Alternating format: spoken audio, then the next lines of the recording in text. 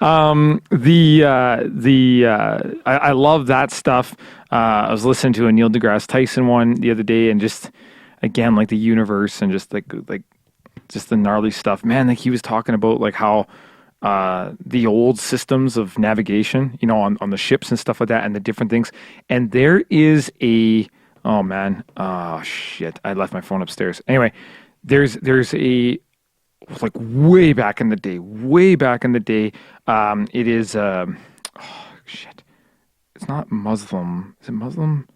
It's like this. It's the craziest, wickedest looking dial that they use to navigate in like what's the country? I can't think of the country now. Anyway, they use this. They had figured out mapping stars. Yeah. And they had this dial system with like that could navigate them when they're going through the deserts. And it is I've never seen it before. It is the gnarliest thing. It is, and it looks like I want one on my wall. Yeah. Because it's covered in all the different, you know, Amharic symbols and whatnot. And it's got like these hooks in it. And it looks like a thing, like a mystical dial, that you'd see, you know, in like a show about Merlin or you're gonna look it up. Yeah, I'm looking it up right now, man. Because it's like an aboleth or aboleth. Shit! Oh, I feel so bad. I'm not remembering this. This is where once Ryan's dialed in, we got to get a computer and he can Google stuff for us and pull it up. An ancient astrolabe. Astrolabe. Astrolabe. Is it this thing? Yeah, buddy. No, that's one of them. There's another version of it. But that thing is, so when I was in Prague, there's a clock tower there that has something, it's very similar to that. It's in... that's crazy, man. Dude, it is the coolest thing ever. Yeah. Yeah. Yeah, with like the claws. So that's one of them. There's a very ancient one there that's like before, but like how far back these things date is gnarly. And it's, you know, like we don't give, I was looking at that and how old that is, looking at the Egyptians, they were talking about like the, you know, looking at the Greeks, talking about Stonehenge and its alignment with like, you know, the stars. We do not give enough credit. Well, that's how insanely crazy that stuff is. Yeah, like I mean, so that love that. That's what's messed up is the ancient astronaut theories, right? Yeah. So much of it makes so much sense. For sure. Right? Like I'll take my tinfoil hat off, but so much of it makes so much sense. But at the same time, I agree. Like I think so much of it, people don't give humans enough credit. No. I really don't. And I don't think humans have changed much. No. I think if you took somebody from ancient Egypt and you brought them to our time, they'd be confused as shit for a bit. But I think the capacity, like the brain capacity, is the same. I think if you show somebody how to do something, I think they're the same. And I really don't think they give enough credit of like if I have 250,000 people work on something every day till they die for 20 years, I could build pretty much whatever the fuck I want. Pretty much. Like, really. Yeah. Like, they were like, oh, how do they do it? It's like, well, it's simple. They just worked people to death. Mm-hmm. Like, if you live and work, like, you get up in the morning, go to the quarry. Yeah. Start swinging the pickaxe. Swinging the pickaxe. Yeah. It's like, you could literally swing all week and you could get a block. Like, you could carve like a quarter of the block. The fact that it takes you a month to do one block is of no relevance to a pharaoh who's like divine. Yeah. Really. Yep. You know, he's like, well, I'm going to, you know, I'm going to live forever in the afterlife. This is the most important thing to me. And like, so have 250,000 people just do their thing. Yeah. And then the other thing was they're starting to think now that they weren't like, yes, there's a lot of slave labor, but actually there was a lot of like skilled. Yeah. Well, there had to be. Yeah. I mean, to do some of the math and to do the chiseling when all like these people like, well, put it this way. Take 250,000 people and make them do the same thing for 30 years. They get good at it. Right? Yeah. They get real good at it. Well, then they were also talking about like they were talking with the pyramid about how all those weird rooms that they like don't understand what it was for, and there's all like 9 tunnels or something like that. Tunnels and stuff. It's like, well, they were actually thinking that it could have been the system to move the blocks, because you fill it with water, and the water would float the blocks up to the next level, and then they could drain the water and do it all over. Yeah. So they were actually talking that there was like an aqueduct system around it. Like there's a really, so I mean, I don't think we'd give enough credit. No. And like you look at like Greeks, the Mayans, like what was it? It was the Mayans, I believe, that had one of the first ever like system of waste removal. So like a sewage system, where like they weren't just going in a hole, like that hole was moving it out of the town. Yeah. And so like, and then the Greeks, like, just look at what they did with the Colosseum in Italy, like in Rome. Yeah. The Colosseum, the aqueduct system in there, like there was rumors that they might have even had like ship battles in there where they would flood it, and they'd have ship battles. Like that's what you can't. What? That's like and look, that's like look catering how far to the away. mob. Yeah, like look how far away they are from the ocean. They canaled this crap in there, put a boat in there, and then they just watch a bunch of dudes hack each other to pieces. Yeah, it's like you get so desensitized. Like they started like, let's have 2 guys hack each other to pieces. That doesn't work. Let's have like guys. That's boring. Let's go 10. Let's go 10. Let's kill some Jews with some angry lions. Let's like do this, do that, and it's just like, where does it end? And they're like, you know what? No, like we need to like for this season, we're gonna blow that out. It's water wars. Like it's crazy. Isn't that like when I was there and because they have like half the floor gone, right? Yeah. So you can see this like crazy maze, all the maze of tunnels and shit. But then like the elevator systems, like they had like these panels that would come up from the floor, like you see it in a movie and you're like, oh, that's theatrical. Like you don't even really think about it. No, that shit was real. Like, they had like doors open up and people pop out of the floor. Even like what? Like Leonardo da Vinci, it's not about. It proves that the ideas were still there. Like it's not that they couldn't comprehend anything. They just didn't have the like technology to make it work. Yeah. But for somebody that doesn't have electricity to understand what happens when a lightning bolt hits something, like they still understood it. They just couldn't articulate it, but and they couldn't harness it. Like there was like this harnessing of it, right? Yeah. And the levers, like how do you like you said, like with like something that lifts up like an elevator system, it's like, well, they had to understand what pulling a rope and a fulcrum and gears and force multiplication, like all that stuff. The physics was like had to be there. And it's like, we do put 2 wheels on it. It's less resistance. Yeah, and 6 wheels. Let's try 6 wheels. Yeah, well, that's like crazy. Like I mean, the ships that were moving around the world. And the sails, understanding the motion, the sails, the positioning of them, and then you add navigating the ocean. I mean, we're out in the middle where it's blue as far as the eye can see in every single direction. Like people lose their cars in parking lots. Right? It's like, where are we going? Yeah. Well, we'll figure it out. Look at I noticed that star is always there. If we go in that direction, we know we're going in a straight line. Yeah.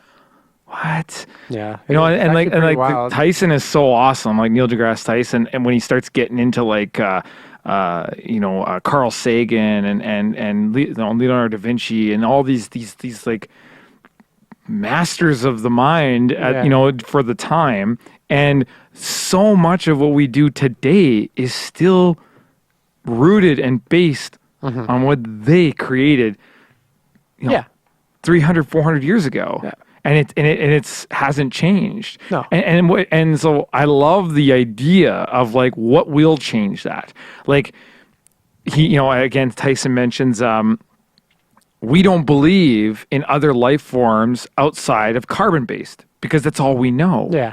So, but what if there is a hydrogen-based life form that we just don't know how it works because we've never had that opportunity to observe it, and so like the different kinds of life, like there might be creatures out there that can live in lava, and like there might be all these different things. Yeah, because even the concept of like burning is like just a very specific carbon-based concept to us, oxygen to us. Yeah. So it's the day that like another being shows up here. Well, but there's the other wild. There's the other theory though that it's just that's the only way it can be. Right. Like for life to, you know what I mean? So there's like, that's true too.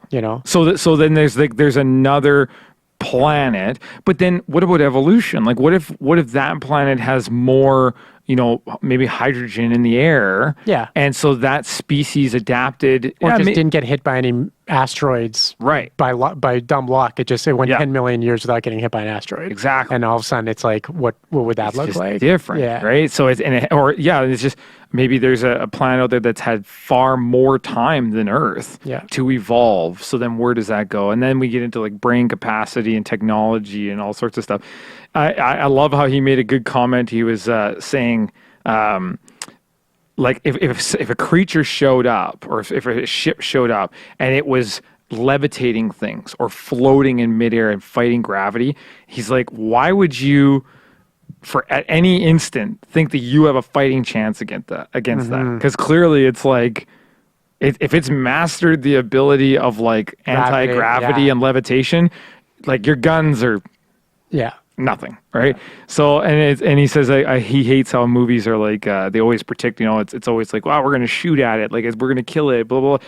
And then he's like, man, like just them showing up here by traveling through space should be enough evidence to just be like, you know what, I think I'll communicate without this and just being like, but we're such a confrontational species that we.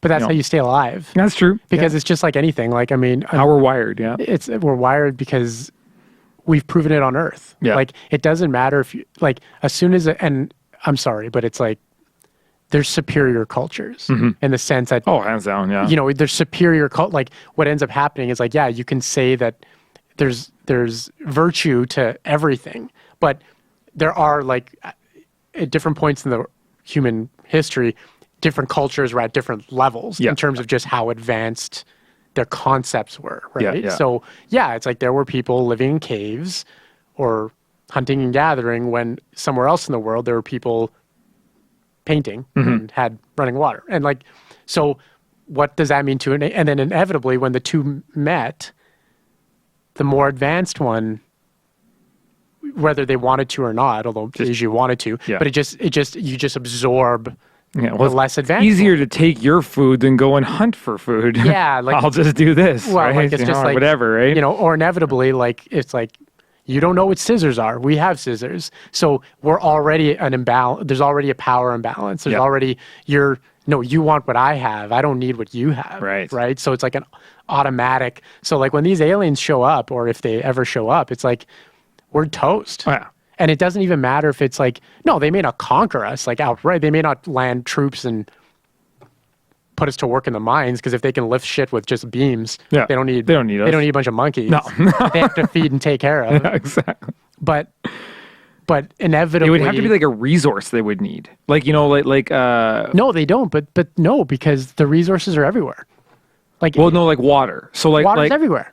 I guess, yeah. Like there's entire planets mostly of water. Yeah. Right? Like that's the thing is like hang on. There are? Yeah, like that we know of? No, but like frozen. Yeah, like I guess frozen wastelands. Yeah. Okay, gotcha. Or like a meteor that's just mostly frozen. Frozen. Like, but maybe it's easier to get our water than it is somewhere else.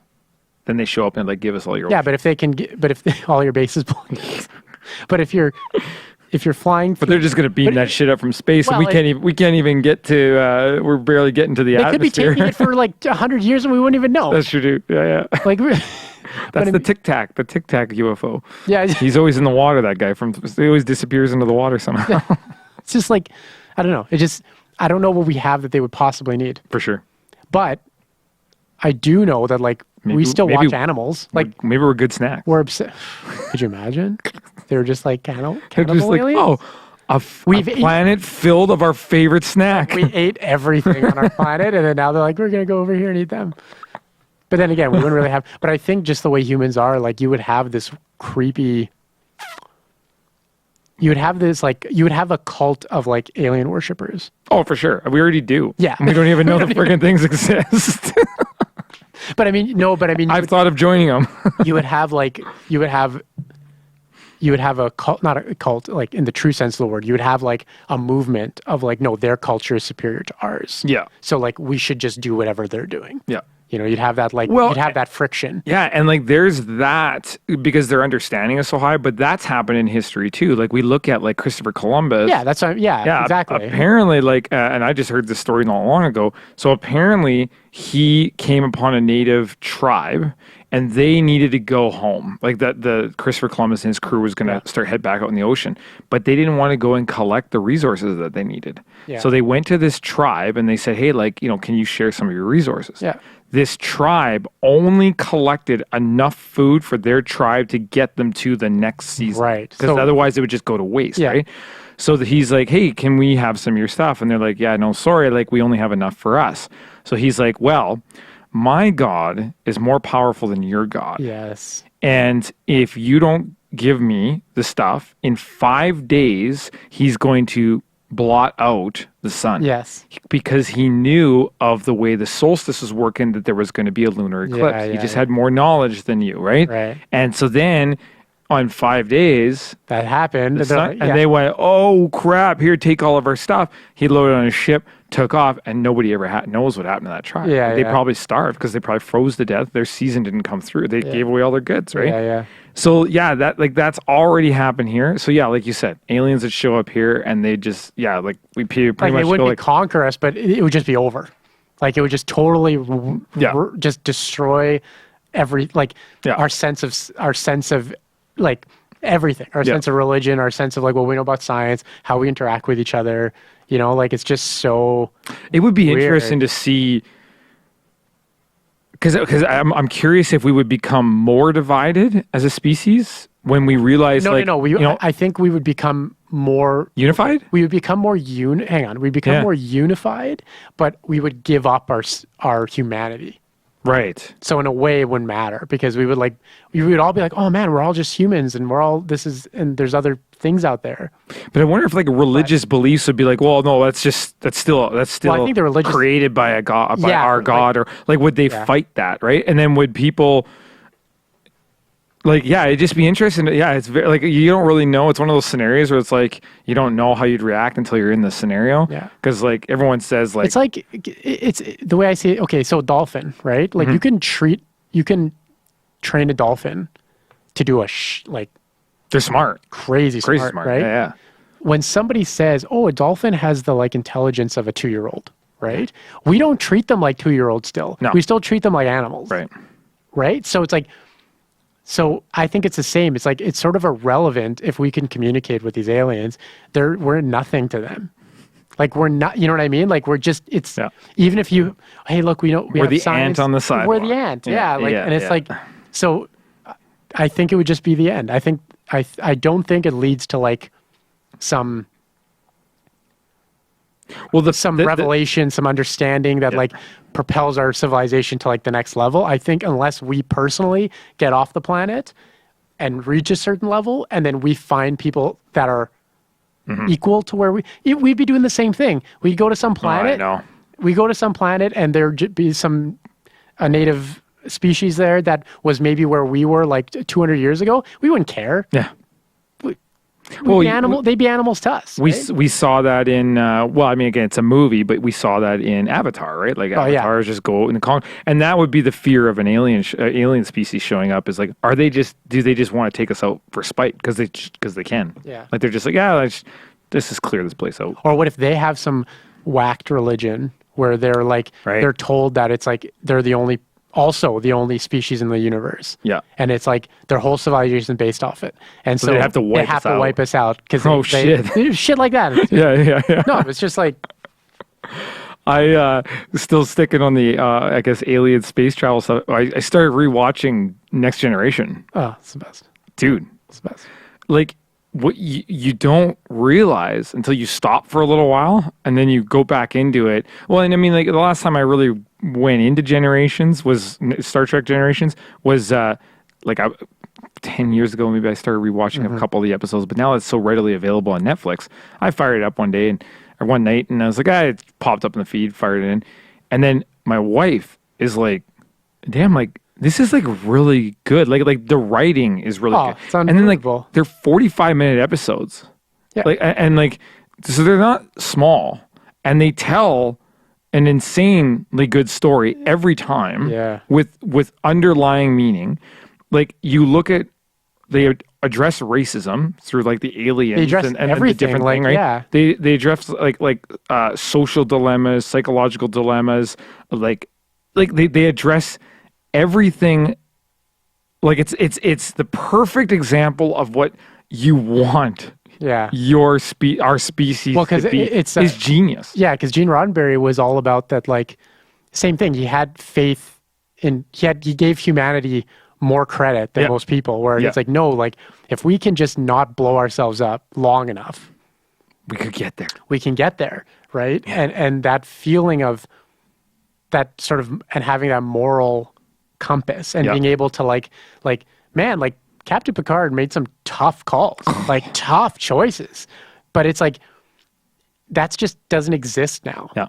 You know, I mean, it's they were written as better humans, better human beings, and they still had the built-in flaws that humans have, but they were able to just think, like, recognize it. Yeah, like the Prime Directive gave us a guiding principle where it's like, well, like, just because we can go somewhere, doesn't mean we should be. Doesn't mean we should. Yeah, like literally doesn't mean we can, like, and also that feeling of like, if an asteroid's coming to wipe out a planet, like the universe has decided that we can't get in the way, right? And it's sort of like, yeah, like, it's just interesting. Like, it's just a I like okay, so in the remake with Christopher Pine and whatnot, I think it's the very, very first one when he makes the decision to save the people of the planet from the volcano. That was the second one. Oh, that was the second one. Yeah. Okay, yeah.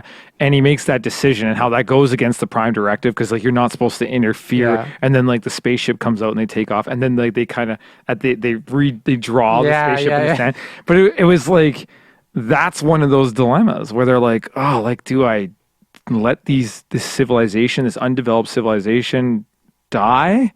Or do we save them and give them the fighting chance? And like the moral dilemma of doing a good thing against nature, like a good thing it's just that concept, that idea, that scenario of like doing the right thing versus doing the right thing. Well, it was basically like two right things. Yeah. Depending on how you were, like, our species as a human does the right thing by protecting, or do we allow a natural course, right? Because otherwise they could go in and force their beliefs on that society and be like, here's warp drive, here's this, now get out there and start, like, it's kind of like what we do as humans right now as a species. We're always going into, like, we go to Africa and we're like, well, okay, well, here's money, let's build an economy so you can have this, but money's the poison. The money's always the poison. If we got in there and just be like, don't give us anything, like, don't go into money, but here, let's just help you with water, or let's just help you with food. There's that difference, and not saying like, well, I'll give you an economy so that you guys can bicker in amongst each other or create a problem, and then I'm going to take resources out of here, and kind of. So there's always, it's so wild. Like, it's anyway, Star Trek, freaking awesome. Yeah, to get to that, like, kind of like, to get to that level. Like, I got FOMO, fear of missing out, for those who don't know what that is. How would they not know what that is? Yeah, I don't know. Level in the game. I know we have a couple of older listeners. Like. Oh, yeah. Yeah, I might have to, So I got FOMO of the future, because I like, another one I watched today to explain why I have that is, they were reverse engineering the idea of a spacecraft, of alien spacecrafts, and like this Tic Tac UFO that they're talking about, and how the idea of anti-gravitational engines is physics works 100%. We just don't have the technology there. Yeah. So somebody or something does, and so they can just go from here to there, blink of an eye.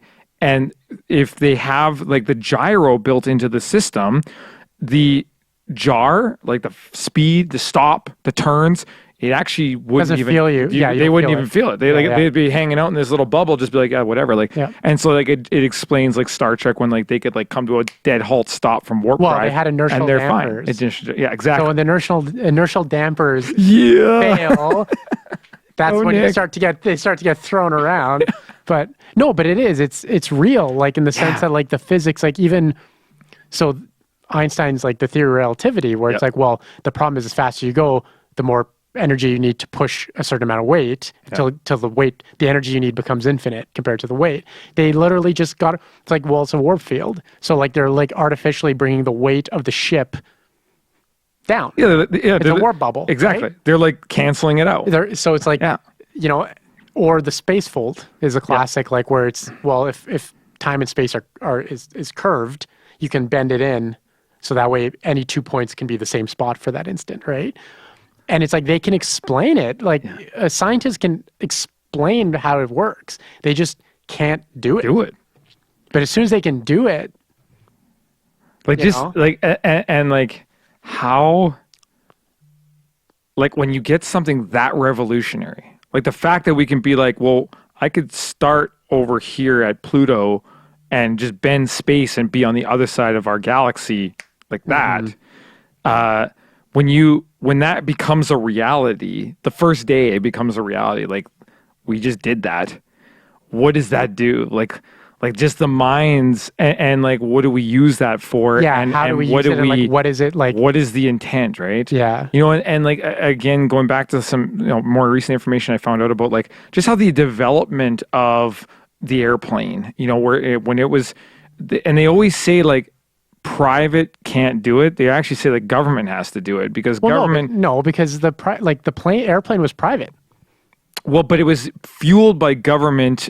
Was it though? Fueled by government money, from what I understood from the story I heard. Yeah. So what it was is it was like the government they didn't see like a need for it, but they saw a potential for it. So then they were putting up money for people, private, to develop it. But the money came from government. So it was always like, okay, well, here's money and we'll pay you to get from here to here the fastest. Yeah. And whoever can get from here to here the fastest gets more money. And then they were starting to say, well, not only can I get then the privates were going, well, not only can I get from here to here the fastest, but I can actually move cargo from here to here the fastest. Yeah. And then someone came along and went like, oh yeah, I want that money more from the government. So not only will I get from here to here the fastest with cargo, but I'll also move people. Yeah. And then the government sees a need for it, and then it turns into more privatization and money comes into it. They did the same thing with like the nuclear program, like all that stuff was like they were funding these things to get them built because the government couldn't build them internally, but they were the money. So it's really interesting. And again, I was just going off of a story that Tyson told, and it's crazy. So how do we, so he brought up again, Space Force, like this whole Space Force thing, like it's government. It's government's feeding this thing. Yeah. And now they're going to go to private to try and figure out. Right. But the government's going to feed this thing. And then the private's going to come in and go like, we can provide solutions. Government can't get anything done. Right. But they can fund it. Yeah. And so it's the privates come in. So it's interesting, like they were talking about what Space Force is going to be and what their role should be. Because up until Trump pushed this thing out, and I like the analogy because they're like, I mean, you can't discredit the need for it because of the mouth that it came out of. 1,000%. Right? Because there still is a need. And so what he's saying is like, so right now the Air Force has been handling all of this Space Force stuff. Yeah. And now it's going to get reallocated and they're going to actually have because you just have different, because you just have different, every branch of the military has different needs. Every branch is dealing with different logistics. Yep. So it makes perfect sense. Like back in the day, they're not going to put Army Rangers in airplanes when airplanes became a thing. For the long time. But they were just realizing like this is not working out. We need a dedicated, crew, a dedicated resource to this. Yeah. Same thing with Space Force. Yeah, like because in World War II, the Air Force was part of the Army. Correct. But every decision, everything is put through the Army's lens. Right. Not through what actually needs. Yeah, and the guy on the ground, he didn't understand how planes had to maneuver to do this, to do that, to get this done. you needed a pilot. Like you needed someone who's like that was their life, right? And that's exactly, and especially space, because it's so the vacuum of space, the distances, the vacuum, the speeds they're talking about. I mean, you need specific people to deal with that stuff, and they live and breathe it. But yeah, like you're right. I mean, as soon as they say, "Hey, we can pick a coordinate, we can pick a celestial coordinate, and we can just be there." What do you do with that information? So like, to me, it makes sense. You literally just start mapping exoplanets. You literally just start saying, okay, every time we find a planet that is Earth-like, we go. Yeah.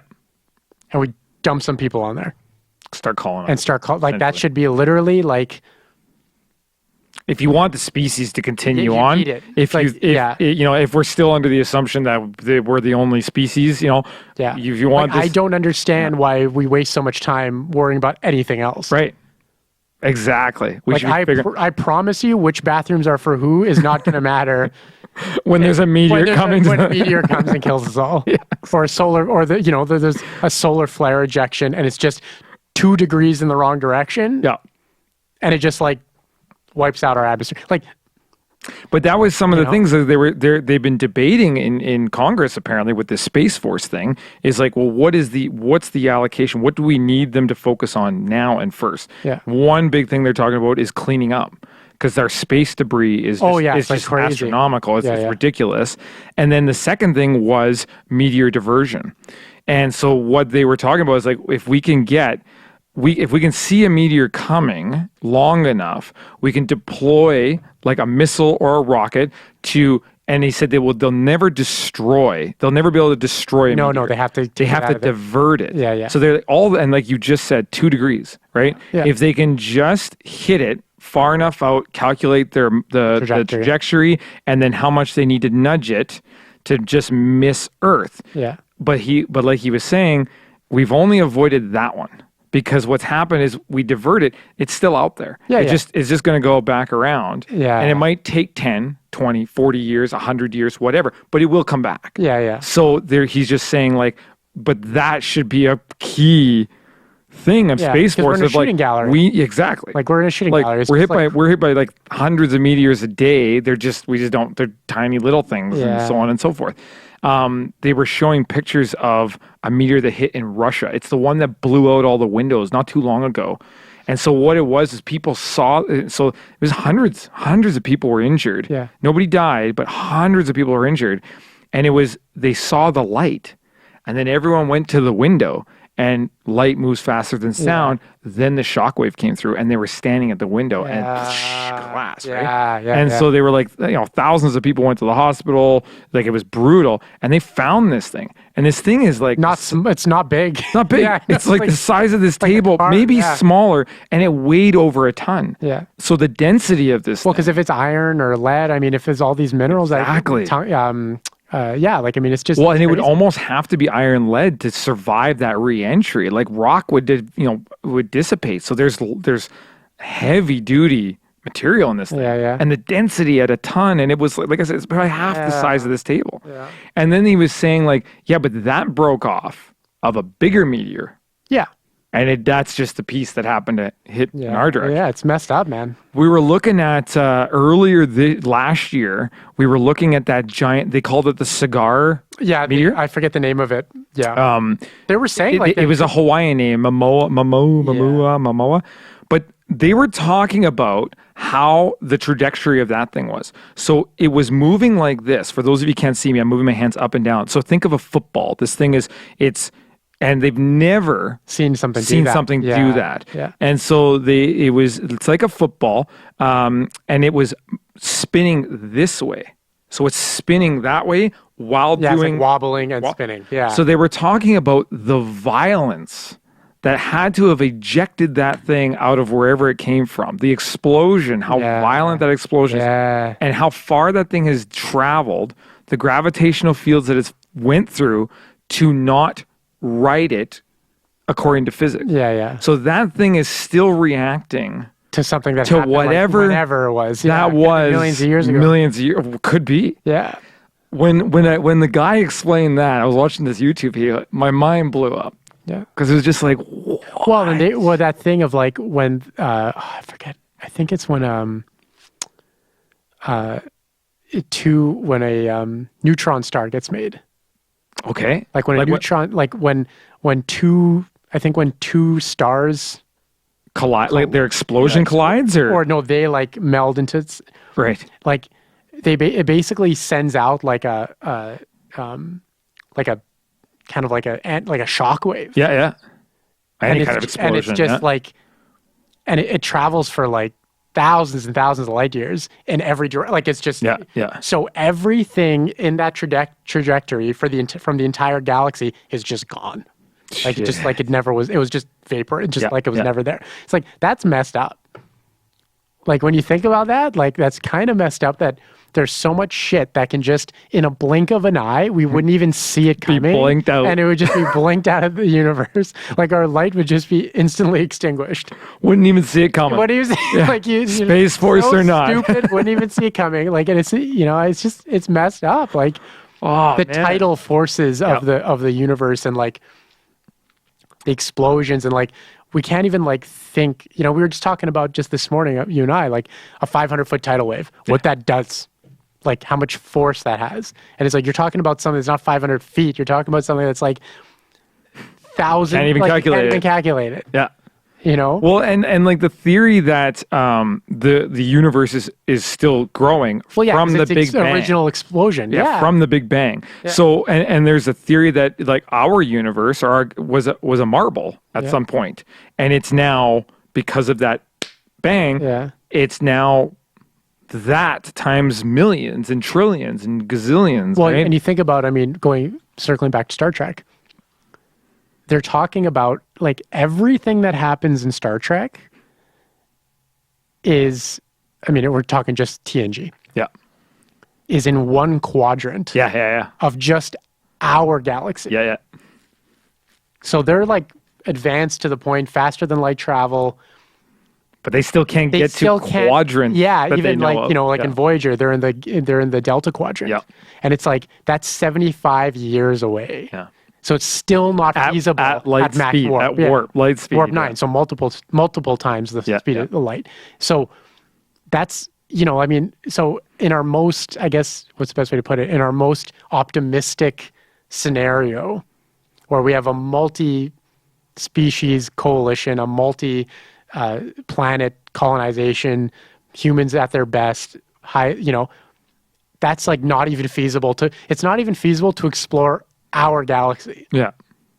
And it's, how many galaxies are there? Is that messed up? Well, it's crazy. Like we can't even explore our own solar system for crying out loud. Like we can't even get out of the barn. Yeah. Like we can't even. But we know of multiple solar systems, multiple galaxies, but we can't even get out the front door. Yeah.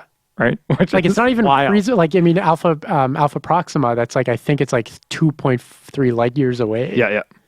Well, that's still, so literally at the speed that is so far impossible, it's 2 years away. So it's like, so even if they're like, okay, good news, we can go light speed. Cool. What does that get us? Sweet fuck all. Like we can go nowhere. There's just void. There's just years of void outside of our solar system. It's gnarly. I love thinking about it. It's scary and exciting all at the same time, and that's where my FOMO comes in, because it's like I want to see this. I think I want to. No question about it. I think time travel. I think I agree. I think the first thing I would do is go forward. Right. Let's go see what is. Yeah, because I think people forget. I think now is always the best time. Yeah. No matter, even though it's a bunch of bullshit going on, but like now is always the best time. Hands down.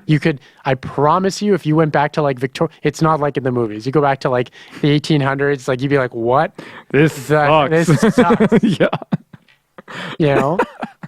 It's so true, like, though. You know what I mean? Like you think about that, it's like for sure. The other thing about with species finding us, and there's this theory. It's a fun theory about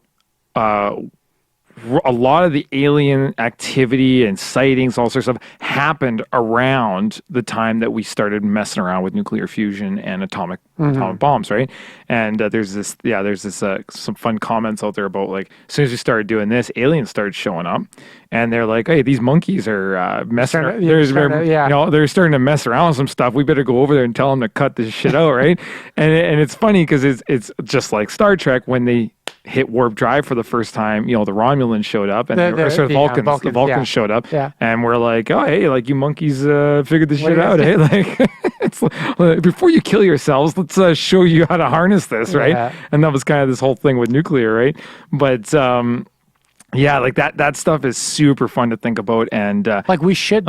What's messed up, like to show you how stupid everything is. It's like we detonated the first nuclear bomb in the 40s. Yep. We harnessed the atom, the power of the atom. Yep. What have we done with it? We've only just built. We've only built. It's frustrating. It's frustrating because it's like we've only built. First, we just did nothing but build bombs. We just built bombs. Like there's no just ways to destroy ourselves. Yeah. And then when we finally started building the nuclear reactor, like by now, there should just literally be one clean nuclear reactor in every city, and that's it. And everybody, and like if you go to Africa, plop a nuclear. Like the number one thing to make civilization go is energy, right? It's just power to be able to do. It lets you do everything. Like even our cars that we don't even think about. Here's you're harnessing the internal combustion engine. Yeah, like you're harnessing. You're taking energy out of it to go places, right? We've detonated how many nuclear bombs? Tests. Oh, I don't know, but it's hundreds, yeah. The nuclear bomb tests, oceans, deserts, caves, whatever. We can span electrical lines across hundreds of thousands of miles. Yeah. So why don't we put the nuclear plant in the middle of a desert and pipe that power out there? Because we're going to blow a bomb up in the desert anyway. Yeah. Why don't we plop a nuclear energy plant underwater so when it does go off, it's not very environmental, but when it does go off, the harm is not at the levels. But even and it's not in a populous area. We pipe all that in. It's going to cost money for sure. But the long-term savings off of that, it's free energy. It's free energy. Like it's the most dense forever. Yeah, it's like the most dense form. It's the effect on the environment is inversely proportional to the energy density of whatever you're trying to use, right? Yep. So no matter what people want to say, coal is better than wind. Yeah. In the long run. For sure. Because coal actually takes less energy, like its density is like thousands of times higher than wind and solar. So what we would actually do by switching to wind and solar, in the grand scheme, it's more devastating to the environment. Yeah. Because you can't hold on to it. Yeah. You can't store it. It needs like a windmill. To build a windmill or to build a solar farm, it's crazy. It's crazy the amount of resources it takes. It's actually insane. And it's more oil because all this paneling, all charcoal, lithium, right? And then you need to burn coal to get the melting going and blah blah blah. Right? You need a diesel truck to carry the at the mines. It's like people don't think of that. So nuclear, it's millions of times more dense than even gas, coal, anything. So we should be going all in, and then all the nuclear reactors, like all the meltdowns, were just because that shit was old and like not taken care of, and there weren't procedures in place. Yep. There wasn't safety stuff going on. And our knowledge since those, Chernobyl and whatnot, is so much more vast. The newest nuclear reactors, which were built in the 80s in France. Yeah. Like all of the nuclear waste that they've created, which apparently people are always like, oh, what about the nuclear, the radiated water and coolant for right? cooling, yeah. The nuclear waste, like from 80s to now, so 40 years of a plant running 24/7, it fills up like a room of with barrels. It's just killer stuff. It's like no question. Right. But you compare that to like a strip mine. Yeah. Lithium mine. Or clear cutting a forest to either burn the wood, build a nuclear farm, build a wind farm, or burn coal. As Canadians, we're in the prime position. We got all this land up north, the Northwest Territories, that isn't inhabitable. Mm-hmm. You pop a nuclear plant up there and pipe all. I mean, we got the lines already up there. We just got to push them a little further. So if they don't even want to build a pipeline for oil, what makes you think they have any interest in building a highly efficient, free nuclear reactor for everyone? Touche. So like, no thanks. I'd much rather call the Saudis or Iran. Touche. I mean, having nuclear power doesn't fix our oil and gas needs for like vehicles and all that sort of jazz, unless we can But it does, because now an electric car, now you can plug it in. Oh, correct. And it's not putting load on the system. Right. So it does eliminate oil and gas to a certain degree. I mean, we still rely on oil and gas to build, the plastics and yes. And they use oil. This was cool. Downtown Edmonton, I saw a construction site, and they had those giant liquid nitrogen tanks, because I had no idea. And I stopped and I talked to the construction guy about it. I'm like, hey buddy, like, what's the deal with the liquid? What are you doing? What's the deal with the liquid nitrogen? And he said, so to keep the electrical lines under the ground cool, they're encased in another pipe that's filled with oil. And the oil keeps the electrical line cool and not from melting down. But if we need to work on it, we actually have to flash freeze a section of the pipe. And then we can cut it. Interesting. Pop it off because it's frozen. Because liquid nitrogen can freeze the oil. Yeah. Cut it, pull it off, work on it, put it back in, seal it, thaw it, away it goes. Crazy. And I was like, damn. That's crazy. Like, it's gnarly. I mean, that's here in Edmonton. Like, this isn't like, space age stuff. This is like, it's some guy with an F-350 explaining the shit to you. A massive nitrogen tank, liquid nitrogen tank. It was awesome to just hear that and know that, like, that's how in depth all of this is. Totally. And I never, dummy, because it's just not part of my life, but I never in a million years thought of like electricity gets hot, and how would you keep a massive line that's like 4, 5, 6 inches in diameter flowing with that much power cool? Yeah, because they just melt. And then we think about all of our computers. Like, you think of the YouTubes and all these server farms. I mean, they've got they're stored in massive refrigerators. Yeah, they're refrigerated. Yeah. Right? Because it's just, and so like that kind of, I mean, think of how hot. I got one of the most efficient. Oh, well, not now, not anymore, but used to be one of the most efficient Mac trash can towers. You shut the door in my office, and in 20 minutes, your room is cooking. So some of the high-end cars, they've had to move their ECUs into the engine bay. Yeah. And cool the ECU. Right. With coolant. Right. With the same coolant they're using to cool the rest of the car. That's pretty crazy. So batteries on electric cars, like, they must get hot. They're cooled as well. Yeah, so they had to be cooled. Yes, they're cooled as well. Now, I wonder if they can harness, especially here in Canada, they harness some of that heat and push it through if they want to run the heater. Like, I mean, it's so interesting. It's kind of a neat idea. I remember, like, long, when I was 14 years old, I moved out of my house when I was 14, and I moved into a 60 by 40 shop that our family owned on a quarter section of land. And the dryer was in the mezzanine where I had my room. And we got one of those things that goes in between the pipe that shoots the air outside, and it had a filter on it, but it would shoot the hot air that was being ejected outside into the room. Oh, okay. And so it was like I could keep my furnace off more often and have this thing. Yeah. Plus, you throw some good smelling, it smells like clothes freshener. Smelled like fresh clothes all the time in my room, right? But just using those kinds of methods to harness, not waste and harness, right? Yeah. It was just like in our heat shack, or like what we call a heat shack is our water shack, because our well was outside, and then we had a shack over top of it. Having a light bulb was enough to heat it up, to keep it warm. Yeah. And so your line didn't freeze. Yeah. Well, even if you have an insulated garage. Yep. So interesting. If you have an insulated garage with just, basic insulation, when you park your car in there, it's a good, when you come back, even if it's minus 30 outside, it's a good 10, 15 degrees warmer. Yeah, just to heat off that engine. Just from the engine block. Isn't that just wild, eh? Yeah. Well, the power of like a candle, like having a candle in a car, if you're ever stuck, I mean, the candle will heat that car. Yeah. That's crazy. Yeah, it's like some really neat, like, so when you look at those small things that go such a long way, and yet we think we're so sophisticated with all these big things that we have, are we ahead? I don't know.